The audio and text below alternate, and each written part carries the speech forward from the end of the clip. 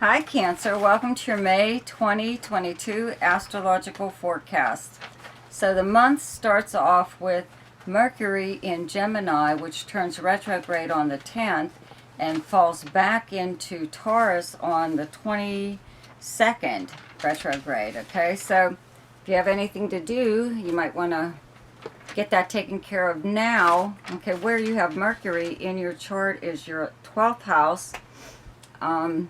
The sun will be moving here on the 20th, and there's a new moon here on the 30th. But up until that point, Mercury just moved here like at the end of April, so it didn't even have that much time in direct motion before it turned retrograde. So I have a link below to Mercury retrograde, a video that I did. So you might want to listen to that.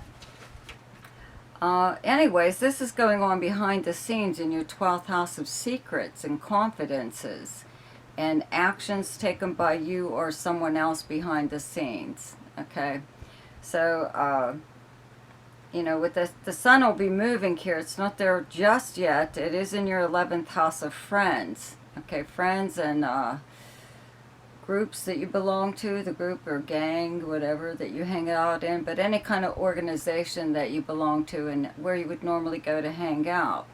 Okay, so the sun is in Taurus up until like the 20th. The planet Uranus is here. It'll be here for a few more years. And Mercury does retrograde back into this area on the 22nd, and Venus actually moves here on the 28th. So right now, though, with Mercury in your 12th house and these other planets in your 11th house, okay, when Mercury's in your 12th house, I always say this is brings out the investigator in you, makes you want to snoop or find out something or other, right? I'd have to say it's about a friend or an acquaintance or someone that is in your group of friends. Okay, it could be a friend of a friend even. You could be trying to find out a little bit more about them. Then when Mercury falls back into your 11th house, into Taurus, in retrograde motion, maybe you are able to, I don't know, maybe you could even question one of these people that's like in your group of friends. Okay, having the planet Uranus in your 11th house brings very unusual and different kinds of people into your life, okay, into your group of friends. So somebody could be maybe telling you all, not just you, but your group of friends, something about their background or, whatever. It doesn't make sense to you, doesn't sound like it's truthful. They're misrepresenting themselves or whatever, so that might be the time where you check out their story, when Mercury turns retrograde in Gemini in your 12th house. But when it falls back into your 11th house of Taurus, you might confront this person or at least one of your friends and let them know that whatever this person's telling you guys, it's not on the up and up, okay? But while the sun is here up until the 20th, in your 11th house, okay, you may do a little bit more socializing than you normally do. In person, to go out with friends, to, any place. It could be to see, I want to say, a live show, a live band, or to go meet at a bar or something like that. Venus will be moving here soon enough, so that will kind of continue.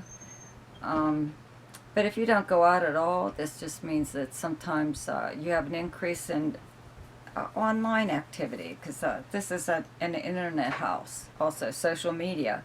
So you could be on there a lot.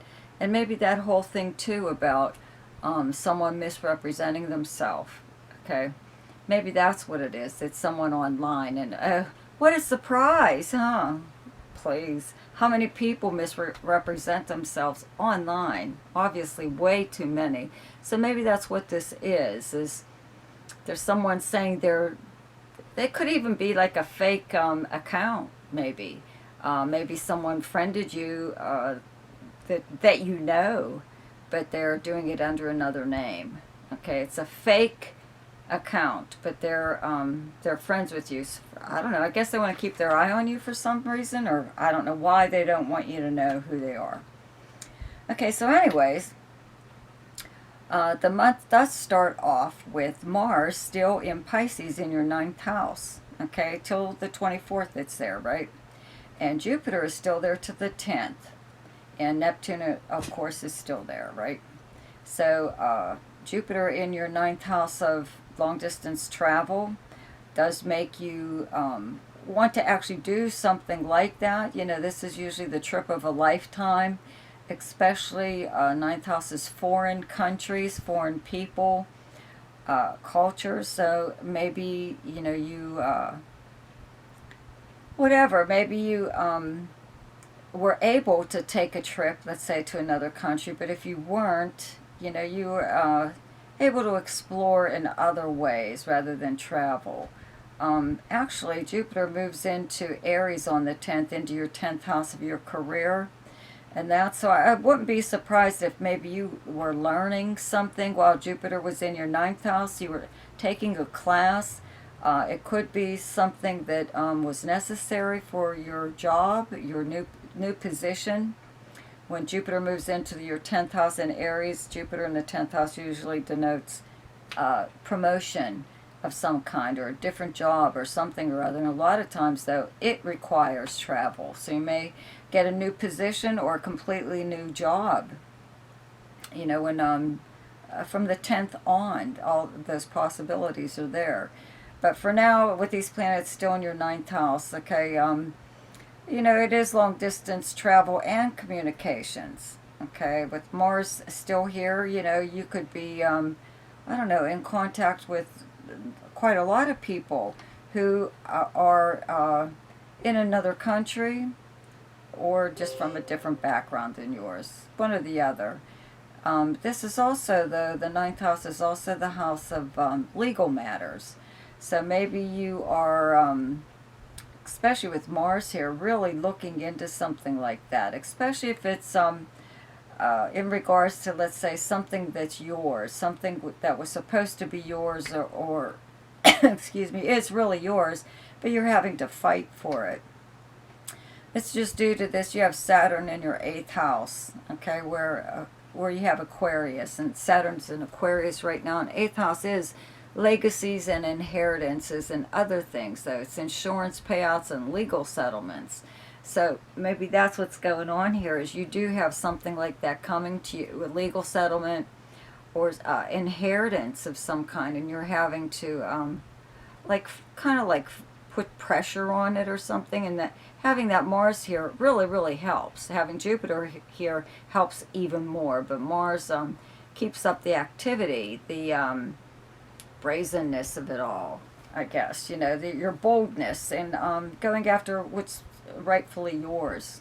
Okay, so I do want to mention, though, there is a full moon on the 16th in the sign of Scorpio in your 5th house where you have Scorpio. It's also a lunar eclipse at the same time, so it will make the effects of this full moon last a lot longer than it normally would. So your 5th house is the house of romance and creativity and fun, any kind of sports or any kind of entertainment.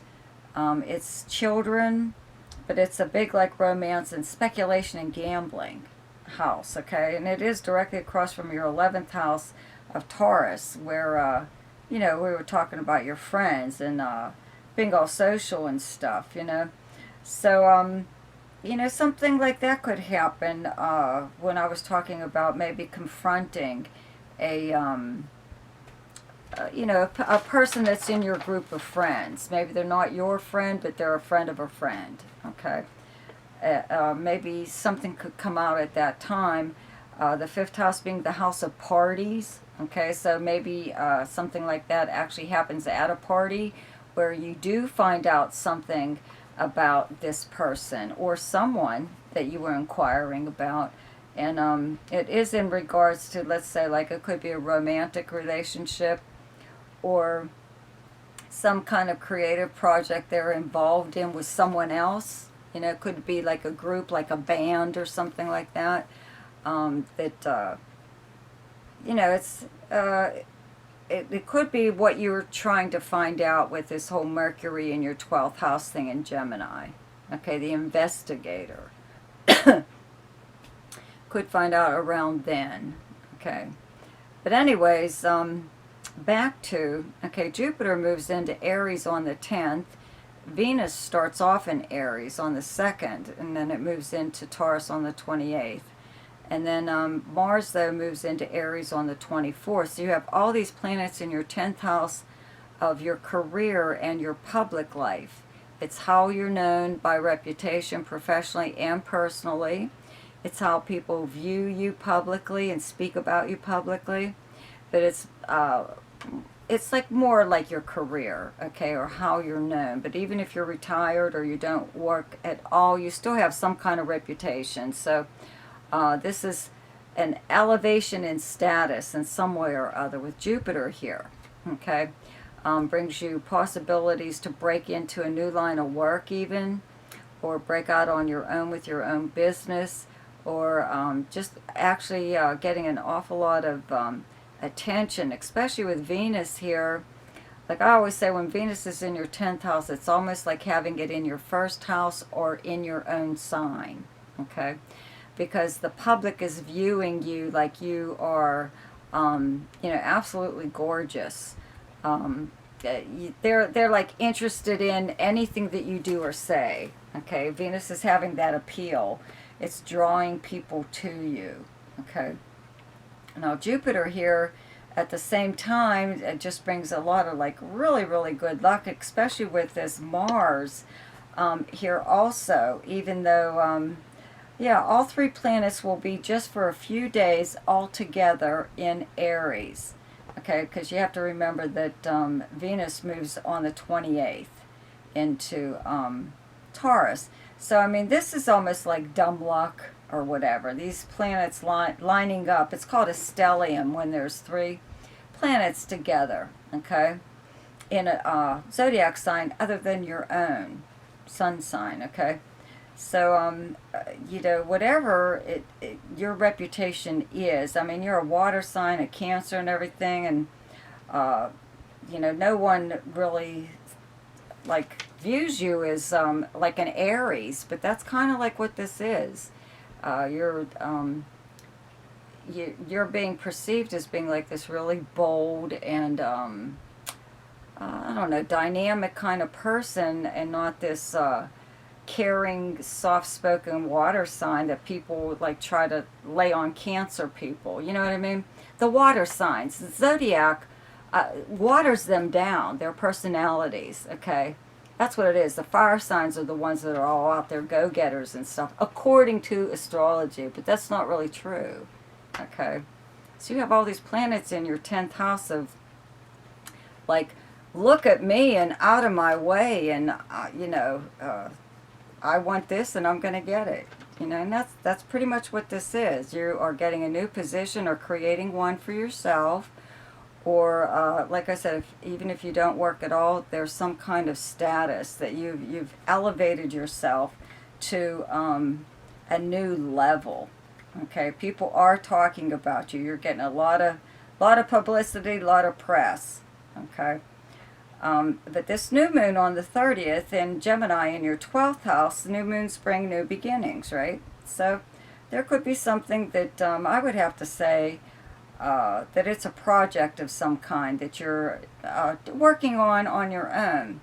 Gemini is going to have Mars in their sign for an extended period of time, in like a few months. So this Mars will be in your house of secrets that whole time, and we'll get to that whenever it happens. But a lot of times you could be working on something in secret that's very important to you. It's personally important to you. Okay, it's like Mars is the ego planet. Okay, so it's an extension of your ego, or it's something you've created that you're proud of. You did it with your own two hands. Okay. So the best time to do something each month is when the moon is in your own sign, and the moon is in Cancer on the 4th, 5th, and 6th. And the best time to lay low is when the moon is in your opposite sign, and your opposite sign is Capricorn, and those dates are the 18th, 19th, and 20th. The best time for romance, recreation, creativity, fun, any kind of gambling or speculation, and anything to do with children is the 1st, 14th, 15th, 16th, 27th, 28th, and 29th. The best time for money is 7th, 8th, 9th, 20th, 21st, and 22nd. The best time for your career is the 24th, 25th, and 26th. And the best time for communication and travel is the 9th, 10th, 11th, 22nd, 23rd, and 24th. So you guys, check out my weekly forecast. If you're new to my channel and you like this video, please comment below and subscribe and click on the little notification bell and you'll be notified whenever I upload something. Okay, so I will see you next week. Goodbye.